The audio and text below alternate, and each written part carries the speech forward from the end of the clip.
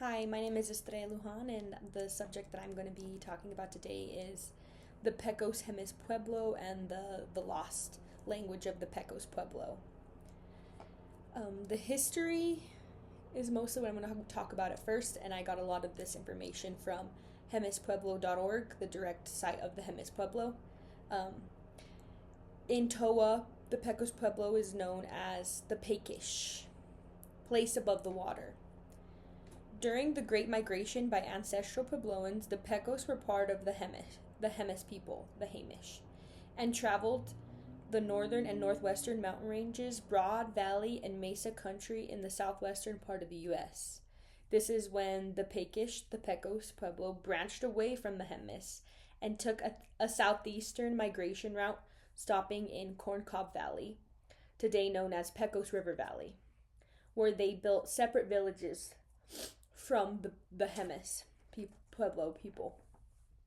In the mid 15th century, Pecos villages consolidated into one big village on a narrow ridge above Squash River Valley, today known as Glorieta Creek. The Pecos Pueblo lived in this village on this narrow ridge as a great and powerful nation before the Spaniards came. And once the Spaniards came, they built missions, churches such as this one, which is one of the only things left to this day of this lost people and language. This is the Mission Nuestra Señora de los Ángeles de Porciúncula de los Pecos, built in the early 17th century. Once the Spanish arrived at Pecos, the tribe lost 75% of its population due to the Spanish-Mexican encroachment, Comanche attacks, and diseases. Smallpox was an epidemic that swept through the Pecos Pueblo and was the main cause of such a major loss of life. On August 2nd, 1838, the Pecos arrived at Hemis Pueblo, the very few that were left, to humbly request acceptance amongst their kin. The Hemis war chief, and the Hemis people greeted them, and after a long consultation with Hemis leaders, were welcomed and accepted by their kin.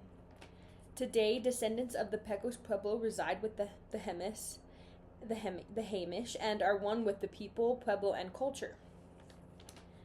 Okay, and the second site that I got more my linguistic background of the Towa language, the Pecos language, and the Tanoan language is the digital repository unm.edu, and the article that I used was The Language of Pecos, a Historical and Ethno-Historical Enigma.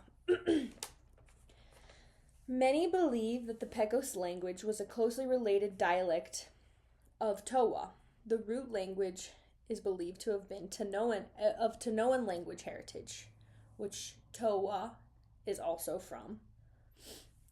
Evidence suggests that the Pekish language shows closer relationship to Tiwa on the basis of the R sound, common to both Pecos, Tiwa, and Toa has an absence of the R sound, except in loanwords from Spanish. A lack of sufficient body of Pecos words to compare with the Hemis Toa language has left the issue sort of in a limbo state. And although Pecos language might have been more closely related to Tano Tiwa, Southern Tiwa, it's perhaps its own Tanoan language in its own. It's closer related to Tiwa, but it's its own dialect. In 1760, Bishop Tamarun wrote, "The Indians of Hemis speak the Pecos language, but the accuracy of these church officials back then and more people in power are in question due to the brief visits that they were there, and they never heard these Puebloan languages or studied them at that. The sounds in the names of 17th century Pecos Pueblo adults heard and recorded at baptisms held by Franciscan priests between 1694 and 1700 constitute a potentially significant body of the Pecos language, regardless of the Spanish orthography in which they were written. So that's how this consensus that it's from Tanoan heritage background has kind of come to play in today. Um, Failure of priests to distinguish such critical diagnostic sounds such as aspiration, glottal stops, vowel tone, length, and nasalization make it difficult in identifying specific Pecos sounds for comparison with Towa, but some of it has been able to be compared, some.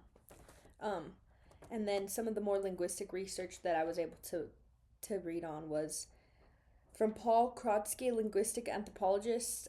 Linguistics possess no derivative criteria for distinguishing the distance that separates dialects of the same language from the distance between discrete but closely related languages.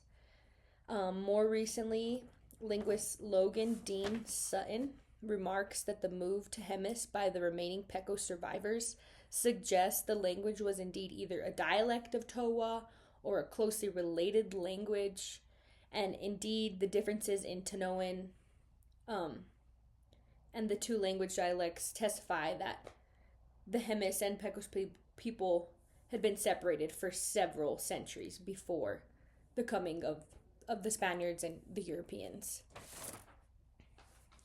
I have a couple more images. This is just a picture of looking outward from the altar area with a great storm in the background. And this is actually a picture of me when I went to go visit this mission.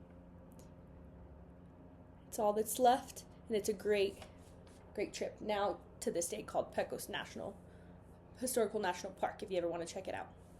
Thank you for your time.